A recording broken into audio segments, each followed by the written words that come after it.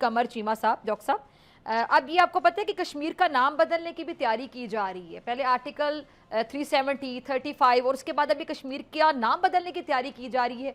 ये क्या कर रहा है भारत? आज से 100 साल पहले अल्लामा इकबाल ने ये बात अच्छी तरह फरमा दी थी कि पूरे एशिया में अगर अमन कायम करना है तो तुम्हें अफगानिस्तान में अमन कायम करना पड़ेगा। इस चीज से गर्ज नहीं है कि कश्मीर का नाम बदलने की बात की जा रही है।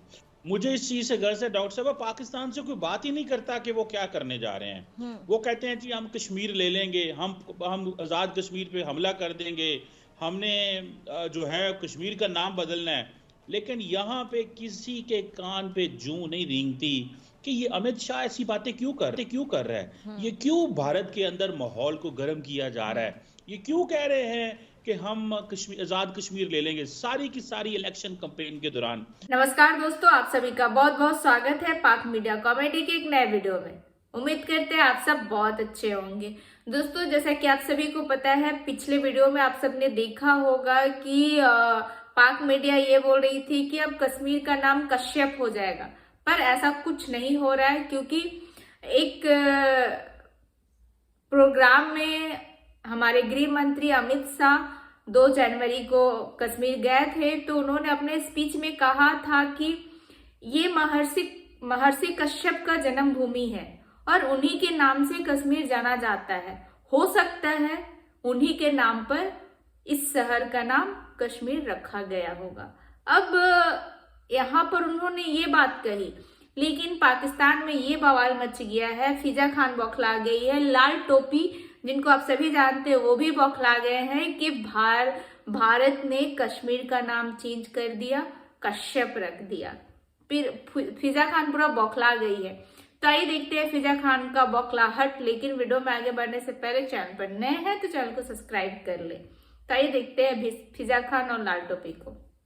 आज से 100 साल पहले अल्लामा इकबाल ने ये बात अच्छी तरह फरमा दी थी कि पूरे एशिया में अगर अमन कायम करना है तो तुम्हें अफगानिस्तान में अमन कायम करना पड़ेगा। आज पाकिस्तान को जो अफगानिस्तान की जानिब से मुश्किलात पेश आ रही हैं, अल्लामा इकबाल 100 साल पहले ये देख चुके थे। अफगानिस्तान के हुक्मरानों को समझाने के लिए अल्लामा इकबाल अफगानिस्तान तशरीफ ले गए और अफगानिस्तान के मामले में अल्लामा इकबाल बहुत हसास थे। कोई ख्वाब में नहीं सोच सकता था कि 1947 में पाकिस्तान बनेगा, और अल्लामा इकबाल पाकिस्तान की फॉरेन पॉलिसी और नेशनल सिक्योरिटी पॉलिसी पर काम कर रहे हैं। आज जो पूरे पाकिस्तान में फसाद बरपा है, ये 100% अफगानिस्तान की जानिब से है। पूरी अफगान हुकूमत और अशराफिया जमा हुई और अल्लामा इकबाल ने उनको बड़ी गहरी नसीहतें की।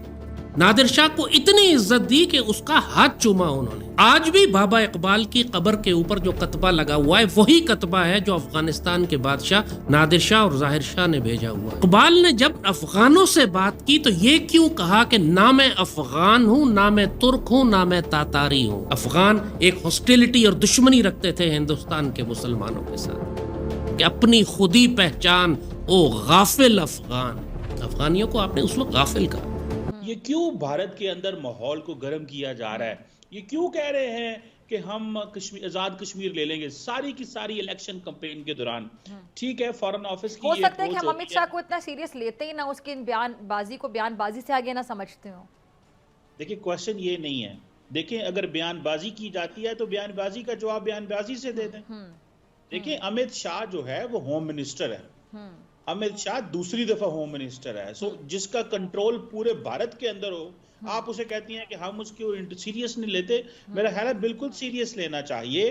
देखिए, क्वेश्चन ये है कि जब तक आप रिस्पॉन्ड नहीं करते, आप सिंगल हैंडेडली एक नैरेटिव को इंडिया में भी फैलने दे रहे हैं और पाकिस्तान के अंदर भी आने दे रहे हैं। सो यहाँ से इंटीरियर मिनिस्ट्री तो जारी बात है नहीं जवाब देती। तो जो पॉलिटिकल लोग मैटर करते हैं उनको डेफिनेटली उसके ऊपर कुछ ना कुछ बात करनी चाहिए, बोलना चाहिए कि ये जो मजाक किया जा रहा है कश्मीर में। एक तरफ तो हम कहते थे कि ठीक है, दुनिया ने कश्मीर को इग्नोर कर दिया, दुनिया ने तो फ़लस्तीन को इग्नोर कर दिया जहाँ पे 45,000 के करीब फ़लस्तीनी शहीद हो गए हैं 1 साल के अंदर। हमारी दुनिया उसको वैल्यू नहीं दे रही, तो कश्मीर को अब वो कहाँ पे वैल्यू देंगे। जब उनके सामने बच्चों भी कत्ल हुए हैं, खवातीन की इज्जतें लूटी हैं, पूरे के पूरे घर तबाह बर्बाद हो गए हैं, लेकिन दुनिया के कान पे जूं नहीं रिंगी। सो मेरा ख्याल है कि एटलीस्ट हमें खुद इनिशिएटिव लेना चाहिए, हमें खुद प्रोएक्टिव होना चाहिए जो चीज़ हमें ज़रूरत है। सो मैं समझता हूँ कि एक तो ये जो बात है जो अमित शाह वाली, और दूसरी जो बात है हसीना वाजिद वाली जो आपने की है, मैं समझता हूँ उस पर भारत को आज दूसरा नोट वर्बैल बांग्लादेश ने भेज दिया है कि शेख हसीना वाजिद को वापस भेजें। सवाल सिर्फ इतना पैदा होता है कि अब भारत समझता है कि अगर हमने हसीना वाजिद को भेज दिया तो हमारी जो इंडिया बांग्लादेश के ऊपर 50 साल की, हम पे कोई कल को ट्रस्ट नहीं करेगा अगर हमने हसीना वाजिद को भेज दिया। और भारत अगर नहीं भेजता तो भारत की अवाम, जो बांग्लादेश की अवाम है, वो नाराज हो जाएगी कि ये देखो, ये हमारी एक ऐसी शख्स जिसके ऊपर क्रिमिनल चार्जेस हैं, उसको पनाह दे के रखी हुई है। सो मैं समझता हूँ कि भारत, वो जिसे कहते हैं ना, between the rock and the hard place, एक बड़ी मुश्किल में फंस गया है। लेकिन सवाल सिर्फ इतना है कि आज आपको पता है कि बांग्लादेश के जजेस ने आना था फरवरी के अंदर, आज उन्होंने वो प्रोग्राम भी कैंसिल कर दिया है कि बांग्लादेश के जजेस अब भारत ट्रेनिंग के लिए नहीं जाएंगे। सो क्वेश्चन ये है कि बांग्लादेश क्या इंटरनेशनली इस मसले को हाईलाइट कर सकता है कि एक ऐसी खातून जिसके ऊपर क्रिमिनल चार्जेस हों, जिसके ऊपर ये चार्जेस हों कि उसकी वजह से हजारों लोगों का कत्ल हुआ, वो इंडिया के अंदर क्यों छुपी है? क्या इस मसले को इंटरनेशनलाइज कर सकता है या नहीं कर सकता? मेरा ख्याल है वो इंडिया की प्रॉक्सी थी ना डॉक्टर कमर चीमा साहब, इंडिया की प्रॉक्सी थी, इंडिया ने छुपा लिया उसको।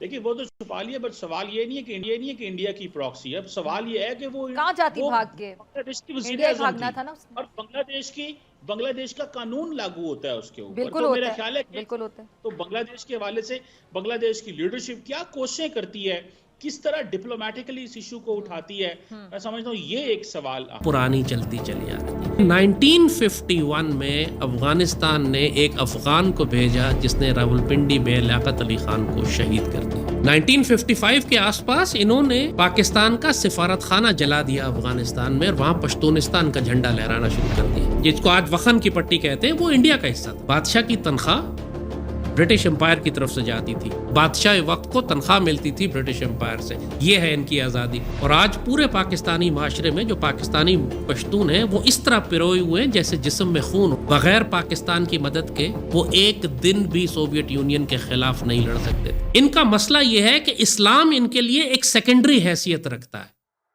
एक पश्तून कौमियत या पश्तून वाली या पश्तून इंतकाम इनके लिए ज्यादा अहमियत रखता है। पाकिस्तान के जो पश्तून हैं वो इस्लाम को तरजीह देते हैं पहले। आज के अफगान तालिबान में और कम्युनिस्टों में और सरदार दाऊद में और जाहिर शाह में कोई फर्क नहीं है। जोग्राफियाई सियासत में ख्वाहिश होना और बात है, कैपेसिटी होना और बात है। तातारियों ने भी, गजनवी ने भी, गौरी ने भी, चंगेज खान ने भी, सिकंदर आजम ने भी, जिसका मर्जी नाम ले आकर उन्होंने अफगानिस्तान पर हुकूमत, तुम हमें छेड़ोगे तो हम तुम्हारा मुंह तोड़ देंगे। आज हकीकत बता भी देते हैं, पाकिस्तान ने ऑलरेडी ड्यूरेंट लाइन को मगरिब की जानिब धकेलना शुरू कर दिया। तो दोस्तों ये था आज का वीडियो। आज के वीडियो के बारे में आप क्या सोचते हैं, अपनी राय कमेंट में जरूर दें। वीडियो अच्छा लगता है तो लाइक शेयर करें, चैनल पर नए हैं तो सब्सक्राइब भी कर ले और बेल आइकॉन भी प्रेस करें। तो फिर आपसे मिलते हैं अगले वीडियो में। अपना ख्याल रखें।